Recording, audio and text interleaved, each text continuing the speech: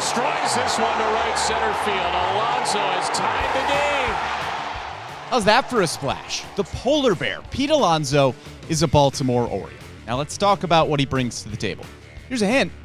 Dingers. Alonso entered the league in 2019 and immediately led all of baseball in home runs with 53. Since then, only Aaron Judge and Kyle Schwarber have hit more tanks than Alonso's 264. And during that stretch, the polar bear has the most runs driven in of anyone in the game, 712. He's the only guy to eclipse that 700 mark. But he's not just a power hitter.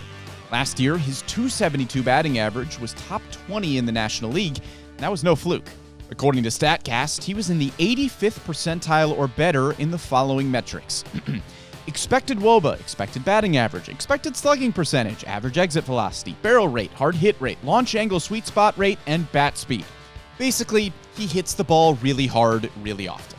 Now, outside of the obvious fact that any team is better when you add a guy that can give you 80 extra base hits in a season, Alonso fills in some important gaps for Baltimore. Splits against lefties, for example. In his career, Alonso has 75 home runs and an .835 OPS against southpaws. 2025 Orioles were down at a .661 OPS.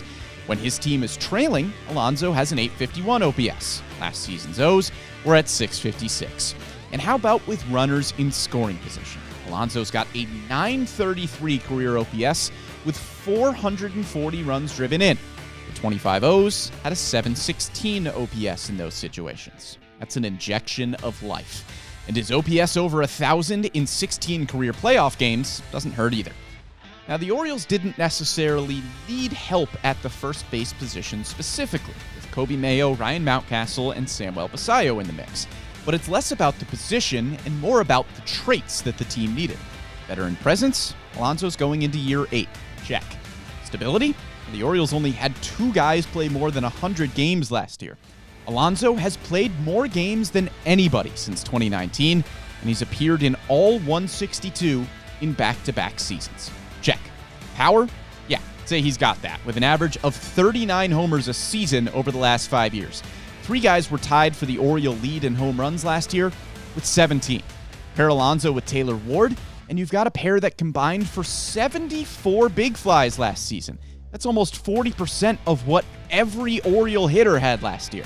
Put Alonso and Ward's power potential in the middle of the order, pair them with guys like Gunnar Henderson, Jordan Westberg, and Adley Rutschman. Now supplement them with Colton Cowser, Jackson Holliday, Samuel Basallo, Tyler O'Neill, Dylan Beavers. You get the picture. That's a formidable lineup, to say the least. You wanted a big splash, Baltimore? How about a polar bear?